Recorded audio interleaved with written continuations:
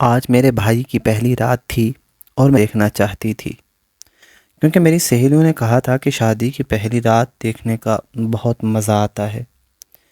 میں نے سب سے نظریں بچا کر بھائی کے کمرے میں جانے میں کامیاب ہو گئی اور ایسی جگہ چھپ گئی کہ جہاں کوئی مجھے دیکھ نہیں سکتا تھا، اور میرا دھیان سیدھا بھائی کے بیڈ پر تھا۔ اب مجھے بے چینی تھی کہ کب بھائی اور بھابھی کمرے میں آئیں اور پھر میں پروگرام دیکھ سکوں۔ تھوڑی دیر گزری تھی کہ امی بھابھی کو کمرے میں چھوڑ گئیں، جو بیڈ پر بیٹھی اپنی زیورات اتار رہی تھی کہ اتنے میں بھابھی بھی کمرے میں آ گیا۔ لیکن یہ کیا تھا؟ واقعی میری سہیلیاں سچ کہہ رہی تھیں کہ ہر مرد دوسرے راستے کا شوقین ہوتا ہے۔ میرے بھائی نے آتے ہی بھابھی کو بولا کہ الٹا۔ مجھے یہی امید تھی کہ میری بھی قسمت ایک نہ ایک دن ضرور کھل جائے گی۔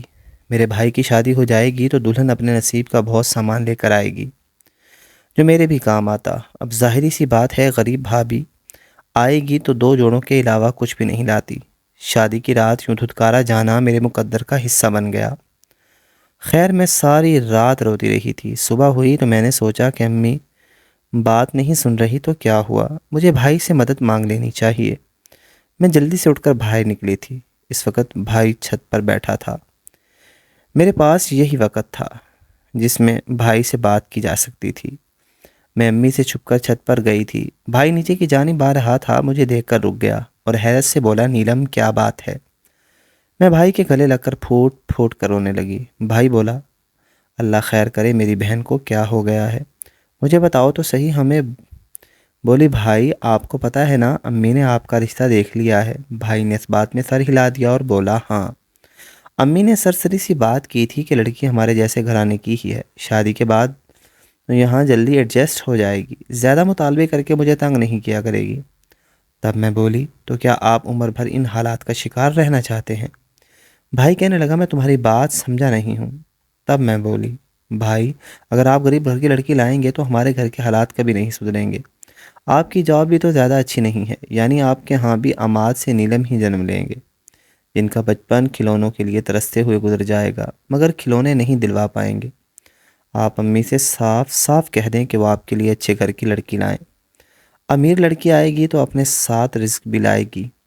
لڑکی کا باپ آپ کو اچھی جگہ پر نوکری بھی دلوائے گا اور یوں ہمارے گھر سے غربت دور ہو جائے گی۔ بھائی غربت چلی جائے گی تو میرا رشتہ بھی کسی اچھی جگہ ہو جائے گا۔ میں بار بار ٹھکرائی نہیں جانا چاہتی، مجھے مزید لوگوں کے سامنے پیش ہونے سے روک لیں۔ میری باتیں سن کر بھائی کی آنکھوں میں بھی آنسو آ گئے۔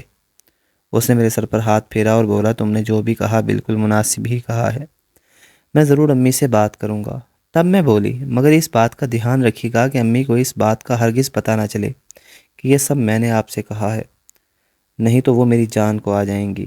بھائی نے میرے سر پر ہاتھ رکھا اور کہنے لگا، تم بے فکر رہو۔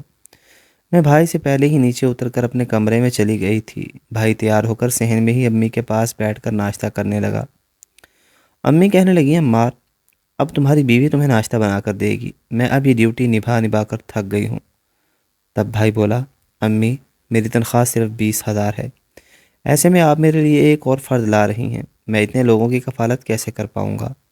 پھر جو لڑکی مجھ سے شادی کر کے آئے گی اس کے بھی تو 100 ارمان ہوں گے، وہ فرمائش کرتے کہ تو میں کہاں سے پوری کروں گا؟ اس لیے بہتر یہی ہے کہ آپ میرا رشتہ کینسل کر دیں، یا پھر لڑکی کے والد سے کہیں ہمارے بیٹے کا اچھی جگہ ملازمت ڈھونڈ دیں۔ میں اپنے کمرے کی کھڑکی میں کھڑی ہو کر باہر کا منظر دیکھ رہی تھی۔ امی کہنے لگی، تم یہ کیسی باتیں کر رہے ہو عمار؟ لڑکی کا باپ تو خود ٹھیلا لگاتا ہے اور اس کا بھائی الیکٹریشین ہے، وہ تمہیں کہاں سے ملازمت ڈھونڈ کر دے سکتے ہیں بھلا؟ تب میں بولی، تو پھر آپ ایسا کریں کہ میرے لیے کسی اچھے گھر کی لڑکی کا رشتہ مانگ لیں۔ میں اپنی غربت سے عاجز آ چکا ہوں، مجھے ایک اور غریب لڑکی نہیں چاہیے، میرے لیے امیر گھرانے کی لڑکی لے کر آئیں۔ تب میں نے بھائی کو گھور کے دیکھا تھا اور غصے سے بولی، مجھے تو یہ سب سمجھ نہیں آتا کہ میری تربیت میں کون سی کمی رہ گئی ہے، تم دونوں بہن بھائیوں کی سوچ اس قدر گھٹیا کیوں ہو گئی ہے؟ امیر گھر کی لڑکی، کیا گھر کی ساری امیری یہاں لے آئے گی؟ نہیں، پھر تم دونوں لالچ کیوں کر رہے ہو؟ میں نے جو لڑکی تمہارے لیے چنی ہے وہ ہر لحاظ سے بہترین ہے، سب سے بڑھ کر وہ کردار کی اچھی ہے۔ کل کنا تم اپنی پسند سے پیسے والی لے آؤ اور وہ ٹھیک نہ نکلے تو کیا کرو گے؟ عمار میں تمہیں ایک بات صاف صاف بتا دیتی ہوں کہ اگر تم اس لڑکے سے شادی نہیں کرو گے تو میں آج کے بعد تمہاری شادی کا نام بھی نہیں لوں گی، تمہیں تمہارے حال پر چھوڑ دوں گی۔ میں نے دیکھا تھا بھائی کچھ پریشان سے لگ رہے تھے، جیسے کچھ سوچ رہے ہیں۔ پھر کہنے لگے امی آپ کو جیسا مناسب لگتا ہے ویسے ہی کریں، میں تو بس اپنے خیالات کا اظہار کر رہا تھا۔ امی کہنے لگی اپنی بیوی کے سامنے ایسے خیالات کا اظہار کرنے کا سوچنا بھی مت۔ بھائی چپ کر گیا۔ میں سمجھ گئی تھی کہ یہ بازی بھی میں ہار گئی ہوں۔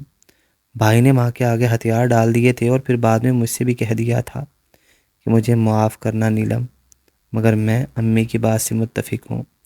مجھے پیسے والی لڑکی سے کوئی غرض نہیں ہے، مجھے صرف ایک شریف لڑکی چاہیے۔ اللہ تعالیٰ تمہارے لیے بھی اچھا ہی کریں گے، تم فکر نہ کرو، میں اپنے جاننے والوں میں بھی تمہارے رشتے کی بات کروں گا۔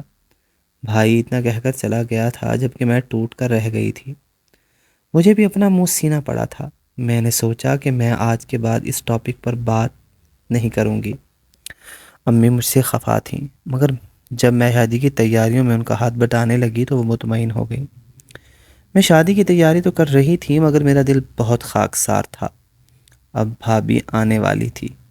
میں نے اپنے تحفظات کا اظہار اپنی دوست سے کیا تو کہنے لگی نیلم، میری بڑی خواہش تھی کہ تمہارے بھائی سے پہلے تمہاری شادی ہو جاتی، کیونکہ جو بھابیاں ہوتی ہیں نا وہ بڑی خطرناک ہوتی ہیں، ان سے اپنی کنواری نندیں بالکل بھی برداشت نہیں ہوتی، خاص کر یہ جو غریب گھرانوں سے لڑکیاں بیاہ کر آتی ہیں، ان کی یہ خواہش ہوتی ہے کہ پورے گھر پر ان کی اجارہ داری ہو۔ کنواری نند پانی کا گلاس بھی ان سے اجازت لے کر پیتی ہے، کیونکہ وہ اس وہم میں ہوتی ہیں کہ اس کا گھر کا راشن پانی تو میرے شوہر کی کمائی سے چل رہا ہے، تو پھر میں ہی اس گھر کی مالکن ہوئی۔ میں اپنی دوست کی باتیں سن کر مزید پریشان ہو گئی تھی۔ میں نے اس کے سامنے اپنا دل کھول کر رکھ دیا تھا اور اس سے کہا کہ میں تو پہلے ہی اس حق میں نہیں ہوں کہ کوئی غریب لڑکی میری بھابھی بن کر آئے۔ تو میری دوست نجمہ کہنے لگی اپنے گھر میں بات کرو۔ میں پھوٹ پھوٹ کر رونے لگی تھی اور بولی گھر میں میری کوئی نہیں سن رہا۔ نجمہ میرے لیے فکر مند ہو گئی تھی، وہ کہنے لگی بہو گھر میں آئی نہیں ہے اور تمہارے ساتھ یہ سلوک ہو رہا ہے، جب وہ آ جائے گی تو سوچو تمہارا کیا بنے گا۔ میں اب پہلے سے زیادہ پریشان ہو گئی تھی۔ گھر میں شادی کی تیاریاں زور و شور سے جاری تھیں، میں چاہ کر بھی کسی کو روک نہیں سکتی تھی۔ اب میں ہر وقت نجمہ کے پاس پہنچی ہوتی تھی، اس سے اپنے دل کی باتیں کیا کرتی تھی اور اپنی خواہش کا اظہار کرتی کہ میں نہیں چاہتی فائزہ بیاہ کر ہمارے گھر آئے۔ بھائی کی شادی کو فقط 2 دن رہ گئے تھے جب نجمہ مجھ سے کہنے لگی کہ تمہیں ایک ایسی بات بتاتی ہوں جس سے تمہارے بھائی کی شادی رک جائے گی۔ نجمہ نے مجھے ایسا مشورہ دیا کہ میری روح کانپ اٹھی تھی۔ میں نے کانوں کو ہاتھ لگایا اور بولی نہیں نہیں، ایسا نہیں کر سکتی، تم اپنے فضول مشورے اپنے پاس ہی رکھو۔ تب نجمہ نے میرے ہاتھ تھام لیا اور بولی ٹھیک ہے، تمہیں جیسے مناسب لگ رہا ہے ویسے ہی کرو، بعد میں مت کہنا میں نے تمہیں خبردار نہیں کیا تھا۔ یہ جو تم آئے روز میرے گھر آ جاتی ہو، تمہارے بھائی کی شادی ہو گئی تو تمہیں گھر سے نکلنے کی بھی بھابھی کی اجازت لینا ہوگی۔ میں چپ چاپ اٹھ کر اپنے گھر واپس آ گئی تھی۔ میرے اندر ایک جنگ چھڑ گئی تھی، میں صحیح اور غلط کے درمیان پھنس کر رہ گئی تھی۔ کچھ سمجھ نہیں آ رہا تھا کہ مجھے کیا کرنا چاہیے۔ یہ سب باتیں سوچتے سوچتے بھائی کی شادی کا دن بھی آ گیا تھا۔ ہم بارات لے کر لڑکی کے گھر پہنچ گئے تھے، مجھے خاص پروٹوکول دے رہے تھے۔ خیر چند رسموں کے بعد ہم بارات لے کر گھر واپس پہنچ چکے تھے۔ مجھ سے یہ بات برداشت نہیں ہو رہی تھی کہ میری بھابھی ایک غریب گھر کی تھی، وہ اپنے ساتھ جہیز کے نام پر کچھ بھی نہیں لے کر آئی تھی، گنتی کے 4 جوڑے تھے اور ہاتھ میں سونے کی انگوٹھی۔ اگر فائدہ کو ایسا سسرال مل سکتا تھا کہ اس کے گھر والوں کو کوئی ڈیمانڈ نہیں کی گئی تو مجھے کیوں نہ ملا، یہ سوچ سوچ کر میرے اندر لاوا کھول رہا تھا۔ نجمہ میرے کان میں کہنے لگی اب تو شاید تمہاری شادی کبھی نہ ہو پائے، تم جہیز کے نام پر کسی کو کچھ دے نہیں پاؤ گی، اگر کسی کو پتہ چلا کہ تمہارے بھائی بہت بڑی کمپنی میں ملازمت کرنے لگا ہے تو بھلا تمہاری شادی کیسے نہ ہو پاتی۔ یہ سب تب ہی ہوتا جب تمہاری بھابھی امیر ہوتی۔ یہ سب باتیں سن کر میں اندر ہی اندر ٹوٹ کر رہ گئی تھی اور پھر چند لمحوں میں ہی اس نتیجے پر پہنچ گئی تھی کہ نجمہ نے مجھے جو منصوبہ بتایا تھا اس پر عمل کر گزروں۔ میں نے ادھر ادھر نگاہ دوڑائی تھی، مجھے لائٹنگ والا لڑکا نظر آیا تھا جو ہمارے گھر میں برقی کمکمے لگا رہا تھا۔ میں اس کے پاس گئی اور بولی تمہیں 5 منٹ کی ایکٹنگ کرنا ہوگی اس کے عوض میں تمہیں 5,000 دوں گی۔ وہ لڑکا جھٹ سے بولا، مجھے پیسوں کی بہت ضرورت ہے، میری والدہ کی ادویات ختم ہو چکی ہیں، ہاتھ میں پیسہ نہیں ہے کہ ان کے لیے دوائی خرید سکوں۔ میں نے اسے اپنا سارا منصوبہ بتا دیا۔ وہ لڑکا گھبرا گیا اور بولا، نہیں نہیں، میں یہ سب نہیں کر سکتا، یہ نہ ہو مجھے غیرت کے نام پر مار دیا جائے۔ میں بولی، تم فکر نہ کرو، تمہیں کچھ نہیں ہوگا، میں تمہیں آگے بڑھ کر چھڑوا لوں گی۔ وہ لڑکا رضامند ہو گیا۔ میں نے اسے اپنی بھابھی کے کمرے میں بھیج دیا تھا۔ تھوڑی دیر بعد ہی میں سب مہمانوں سے بولی کہ اب آ جائیں، بھابھی کے کمرے میں جا کے رسم کرتے ہیں۔ امی کہنے لگی، ایسی کون سی رسم ہے جو تم اب کرنا چاہتی ہو؟ میں بولی، آپ بس چپ رہیں، میں اپنی بھابھی کے خوب لاڈ اٹھاؤں گی، بھائی کی شادی کے جتنے بھی ارمان ہیں دل میں سارے پورے کروں گی۔ امی مسکرا دی تھی۔ میں سب کو اپنے ساتھ لے گئی اور اپنے لبوں پر ہاتھ رکھ کر کہا، سب چپ کر جائیں، بھابھی کو سرپرائز دینا ہے۔ میں نے آہستہ سے دروازہ کھولا تھا۔ لائٹنگ والا لڑکا اپنا کام شروع کر چکا تھا۔ فائزہ، جب تم نے عمار سے شادی کر لی تو مجھے یہاں پر کیوں بلایا ہے؟ تم نے کیوں مجھ سے کہا کہ میں آ کر تمہارا روپ دیکھوں؟ شادی کے وعدے تم نے مجھ سے کیے تھے اور دلہن تم کسی اور کی بن کر بیٹھ گئی ہو۔ سب دنگ تھے۔ بھابھی کہنے لگی، تم کون ہو؟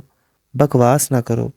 وہ لڑکا کہنے لگا، تم نے مجھ سے کہا ہے کہ تم رات اپنے شوہر کو نیند کی دوا دے کر سلا دیا کرو گی اور مجھے بلا لیا کرو گی، لیکن میں ایسا نہیں کروں گا، اس طرح تو میری جان کو خطرہ ہے۔ ہم سب لوگ کمرے کا منظر دیکھ سکتے تھے مگر بھابھی ہمیں نہیں دیکھ سکتی تھی۔ اسے علم نہیں تھا کہ یہ نظارہ ہم سب دیکھ چکے ہیں، جب ہی تو وہ چپ چاپ بیٹھی تھی کہ اس کی عزت خراب نہ ہو۔ ظاہری سی بات ہے، وہ شور مچاتی تو سبھی اسے شک کی نظروں سے دیکھتے۔ بھائی نے اس لڑکے کے آگے ہاتھ جوڑ دیے تھے۔ مجھے علم ہو گیا تھا کہ اب وہ اس کے سامنے ہی کہے گی کہ میں تمہیں نہیں جانتی، تم جاؤ یہاں سے، مگر میں ایسا نہیں ہونے دینا چاہتی تھی۔ اس طرح تو بھابھی سب کی نظروں میں پاک دامن بن جاتی، اس لیے میں نے ایک جھٹکے سے دروازہ کھول دیا تھا۔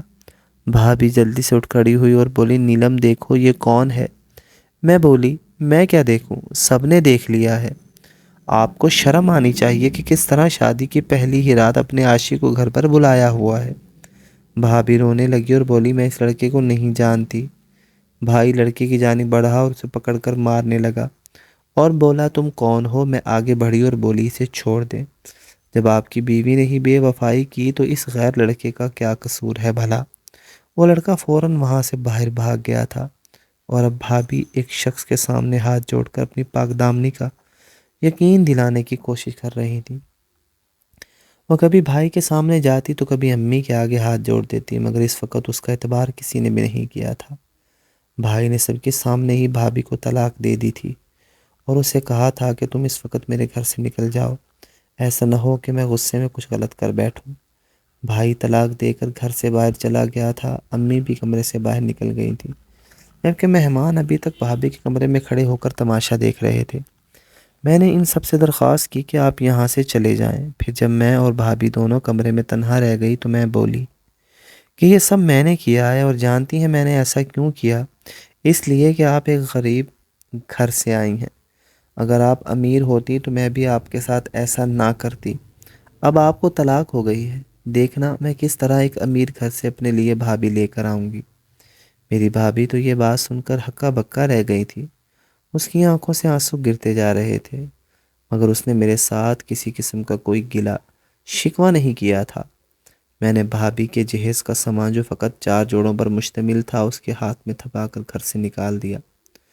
فائدہ جیسے ہی ہمارے گھر سے نکلی میرے وجود میں تسکین دوڑ گئی۔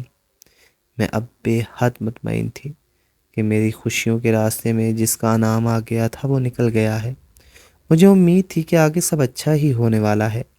میں اپنے کمرے میں جا کر لیٹ گئی تو دل میں سوچنے لگی کہ کیا یہ میں نے درست کیا ہے؟ کہیں ایسا نہ ہو کہ میں نے فائدہ کے ساتھ جو کیا اس کا وبال میری جان پر آ جائے۔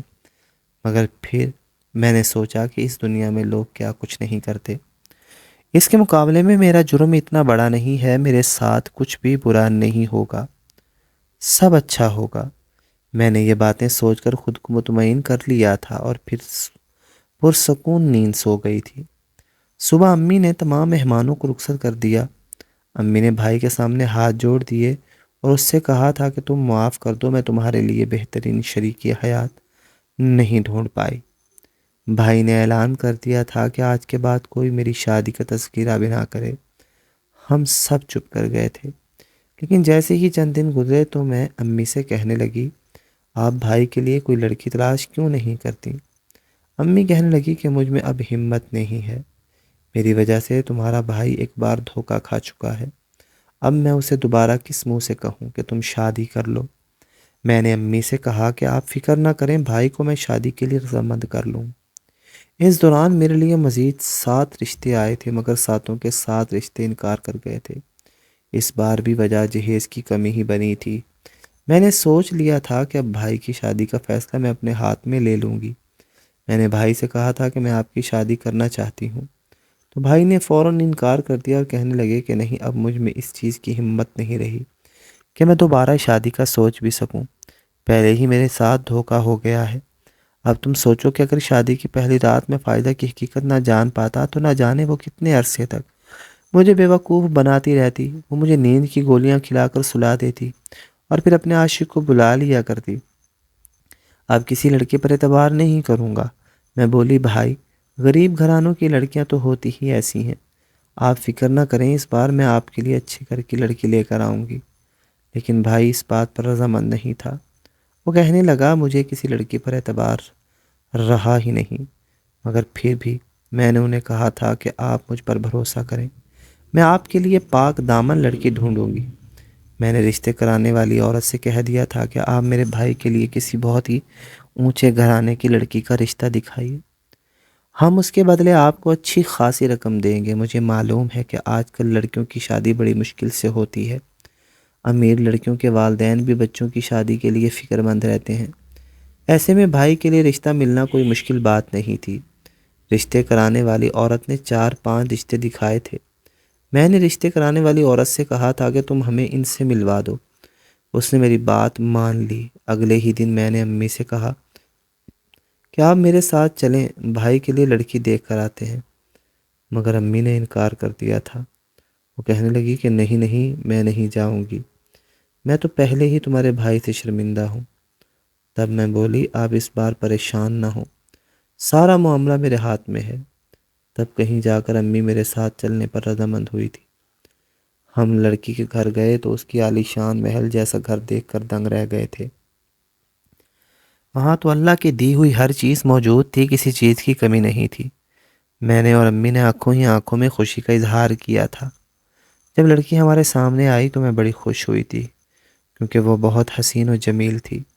ہم نے انہیں صاف صاف بتا دیا تھا کہ بھائی زیادہ نہیں کماتا، مگر شریف ہے۔ ان لوگوں نے کہا، ہمیں شریف لڑکا چاہیے، پیسہ تو ہمارے پاس بھی بہت ہے۔ یوں 1-2 بار ملنے ملانے سے رشتہ طے ہو گیا۔ لڑکی کے والد نے وعدہ کیا تھا کہ وہ بھائی کو بہت بڑی کمپنی میں ملازمت دلوا دے گا۔ اب ہم خوش ہو گئے تھے۔ بھابھی جب بیاہ کر ہمارے گھر آئی تو بہت زیادہ چیزیں لے کر آئی تھی۔